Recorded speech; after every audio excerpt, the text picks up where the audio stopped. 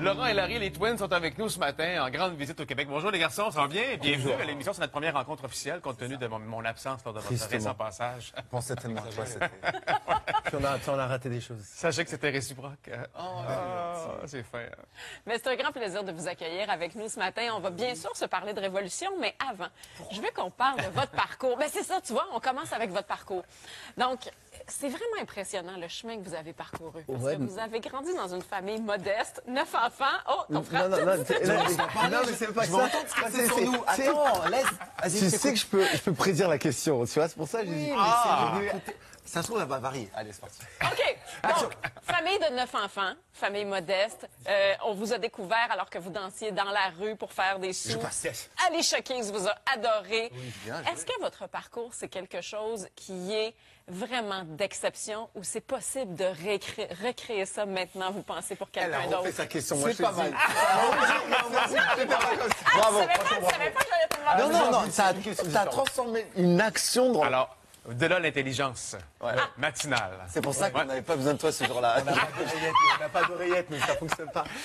Donc, est-ce que c'est vrai que c'est exceptionnel ce genre de parcours-là ou c'est probable que ça puisse arriver? Mais c'est même pas qu'ils sont probables. Nous, on a créé des graines de stars partout dans le monde où eux, ils ont eu leur chance aussi de leur propre manière. Et je suis obligé de dire que le monde de la nuit nous a aidés. On est sorti en boîte très tôt, nous a aidé les gens qu'on rencontre, la magie et l'amour que tu veux donner aux gens, ben les gens te le donnent en retour. Et tu ne sais pas tout de suite. Hein. Non, mais tu ne sais pas tout de suite. Mais ce que je veux dire, c'est que c'est un exemple super bête. Par exemple, vous avez votre métier de tous les jours que vous appréciez. Vous savez que vous touchez des gens qui sont probablement, mais quelquefois, difficiles à voir dans une vie normale. Et vous voyez, probablement en allant au travail, un artiste qui se tue dans la rue, tu vois, tu regardes, tu dis, mais tu sais que tu pourrais aller loin, tu sais.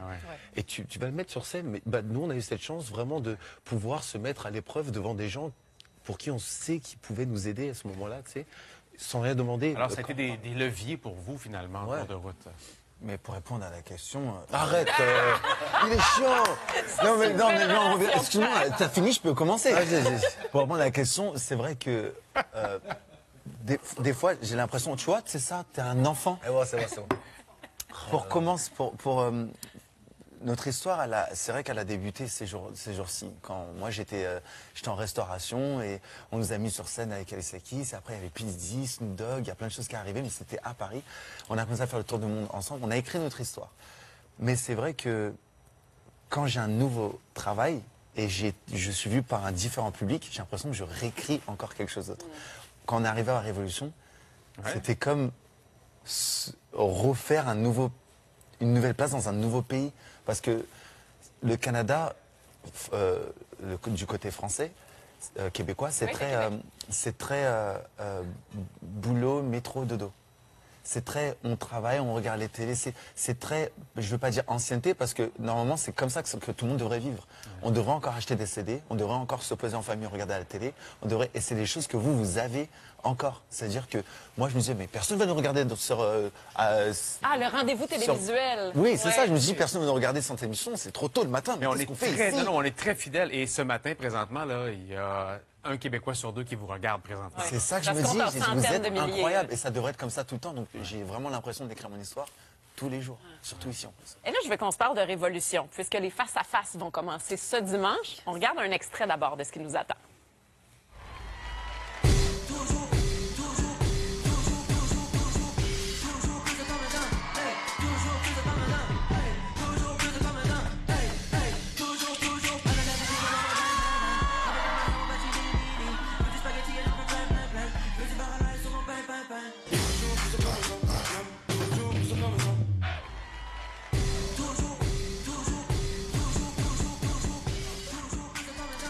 Alors, c'est vraiment impressionnant à quel point les artistes d'ici arrivent à faire parler leur corps. Moi, c'est ce que je trouve de plus extraordinaire dans l'émission. Et quand vous n'êtes pas d'accord sur une prestation, comment ça fonctionne? Lequel des deux gagne son point? Je viens juste d'avoir un petit extrait. Ben, c'est pour ça que je pose la question. Non, en fait, on va pas le faire chez Fourmi, ça marche pas comme ça.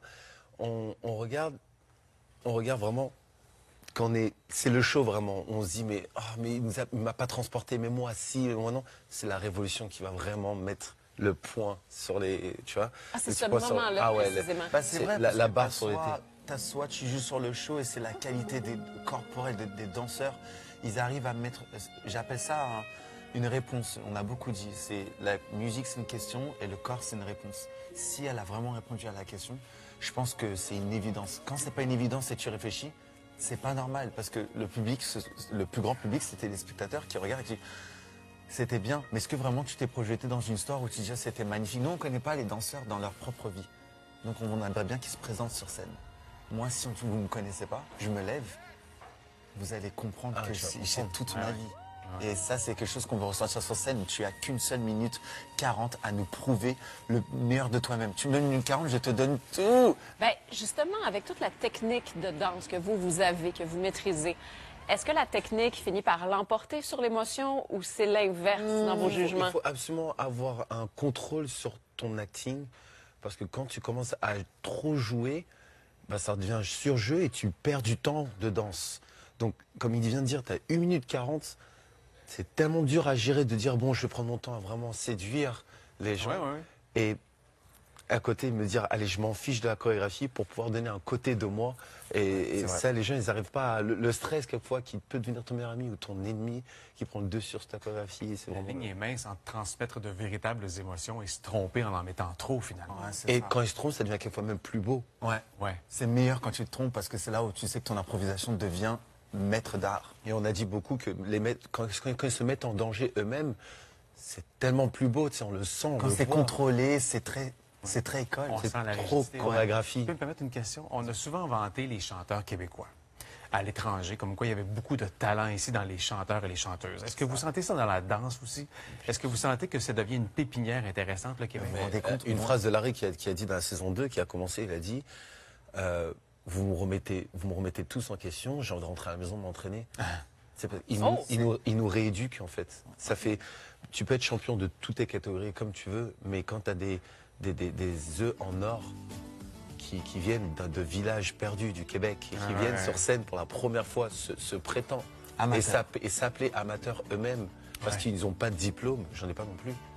Et ils viennent et ils me font une explosion sur scène et je regarde, C'est des c'est- cathédrales. j'en fais mon Des casting. monuments. Je me dis, mais Ah ouais. toi, tu ne partiras pas. Ben, nous, en tout cas, on est très touchés dans nos salons, en tout cas, chaque C'est- dimanche. Oui, oui, vraiment. C'est une Bon, émission vous regardez pour de fantastique vrai qui maintenant. fonctionne très bien pour de bonnes raisons.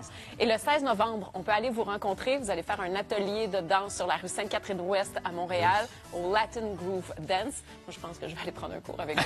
Oh, Attention, si tu le dis, il faut que tu viennes. Ben, je vais y aller.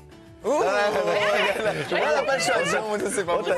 Hey, moi, je vous le dis, je serai pas là. Voilà, ça. Merci beaucoup. Pas parce que je vous aime pas, mais je connais mes limites. Mais faut savoir qu'en pas fait, pour danser, pour on a un très très grand pouvoir on sait comment donner l'amour et comment faire en sorte de faire danser n'importe quel corps. Je me suis retrouvé dans des positions incroyables où je pouvais plus danser et ça a marché. Ça Il y a des marche? gens qui viennent à nos cours Ah. qui sont pas danseurs mais fans et ils le font. Et t'insistes sur n'importe quel n'importe quel corps. Merci, les gars, d'être passés nous voir. Merci. Et vous reviendrez nous voir bientôt, j'espère.